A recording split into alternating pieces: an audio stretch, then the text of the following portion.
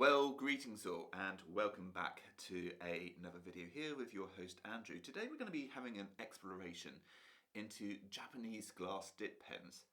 Now some of you may be questioning, this is a fountain pen channel, why are you reviewing glass dip pens? Well, there is a symbiosis between all writing instruments, whether it's a ballpoint pen, rollerball, gel pen, glass dip pens, fountain pens. The whole purpose is to write and to have a pleasurable experience. It just so happens that fountain pens usually offer the most luxurious and the best writing experience which you can potentially have with any writing instrument. Of course, that is subjective. Some might argue that they can get away with using a ballpoint pen, and that's fine, but those are my thoughts and opinions. Anyway, today we've got two rather beautiful pens which have been donated for review. So, full disclosure, these have been donated for review and there has been no sort of receipt of money being partaken for any thoughts and opinions being shared in today's video. Now, a few years ago, I had ventured to Amazon and I bought a glass dip pen. And this was on the back of a craze which is still going today in Japan, where fountain pens aren't quite as popular as they perhaps once were, and consequently this whole sort of inkanuma sort of craze sort of took hold in Japan, and basically lots of young women and now more commonly some men too have started getting into using glass pens. Now, I have to confess I couldn't quite see the point of it. I thought to myself, why would you use a glass dip pen when you can use a fountain pen? And that was my thought for many years. But as I said, I did venture to to Amazon and I thought, let's give this a try. So I bought a cheap glass dip pen, and there was my mistake. Unlike with fountain pens where you can buy cheap options and still have a really good experience, unfortunately the same couldn't be said with using a glass dip pen. And well, I must say my sort of viewpoint was muddied somewhat, and I kind of forgot about them. So roll on to today, and I've been seeing more and more glass dip pens being sort of promoted around on social media, even on fountain pen accounts. So I thought, okay, let's see what this craze is all about. So I was talking to Taka from Komorebi Stationery, and we got talking about glass dip pens, and basically he convinced me to give them a try again, and very kindly he's sent out two rather beautiful dip pens to try. Both are very feminine in design, but you know what, I don't care. It doesn't bother me. They're beautiful works of art, and we're just going to have a little exploration as to why you might want to consider using a glass dip pen in your everyday life. So before we actually get into the designs of these beautiful fountain pens, I think it's probably worthwhile educating some people who may not necessarily be in the know. What is a glass dip pen? Well, I mean, they are dip pens, and I think most people are pretty well aware of what a dip pen is. The difference between a glass dip pen and a regular dip pen, other than the material, is the sort of the twisted design which we can see here on the nib. That twisted design allows you to hold the ink between the peaks and the troughs of the grooves, and it allows for the flow onto the page.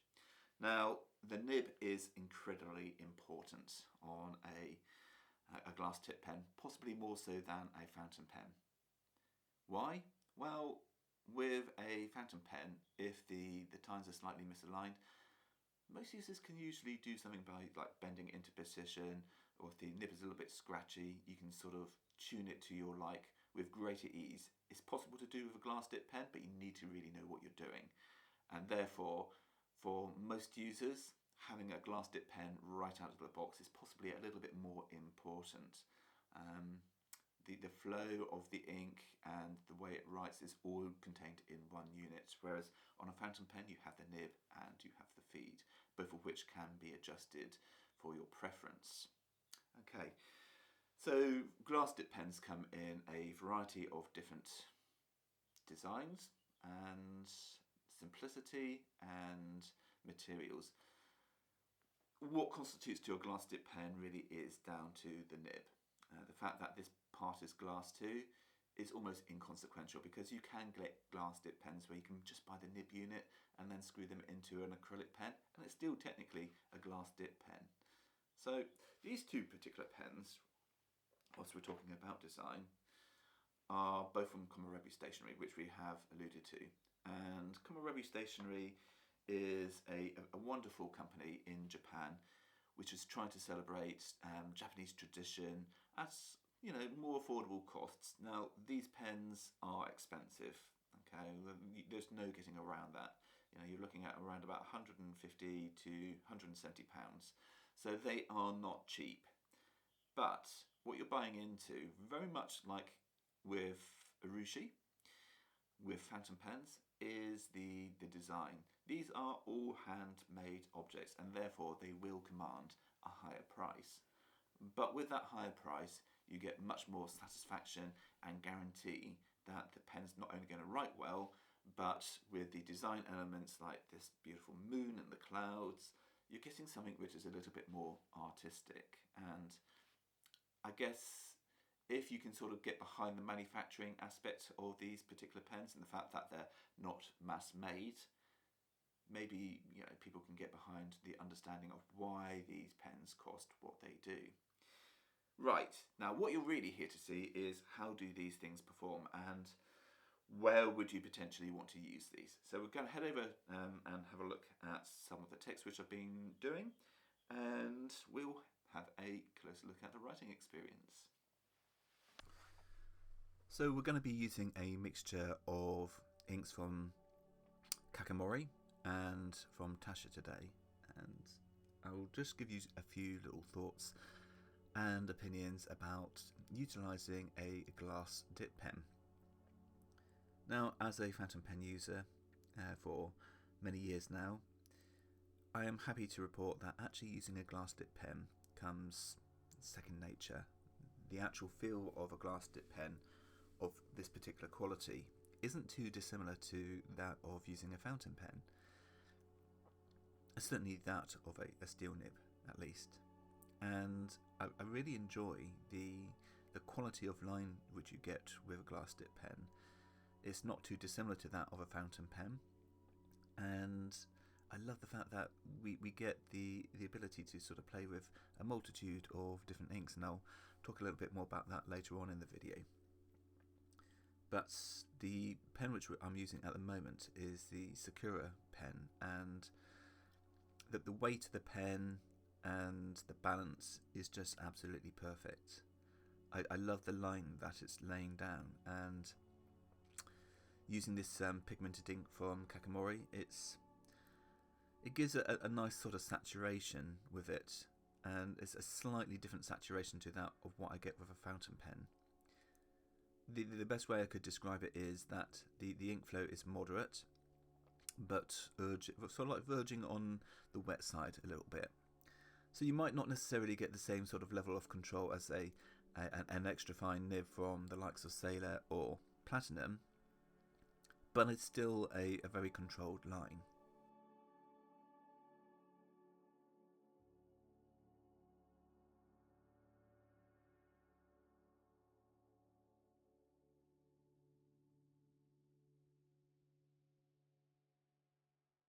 Right, so what do I think about glass dip pens? There's lots to love. I love the fact that you can be creative. You can try a variety of different inks, whether they're shimmer inks, standard fountain pen inks, or even inks designed specifically for glass dip pens. I like the fact that there's an artistic element to the actual manufacturing of these glass dip pens, whether it's a simple sakura petal or the cloud and the moon.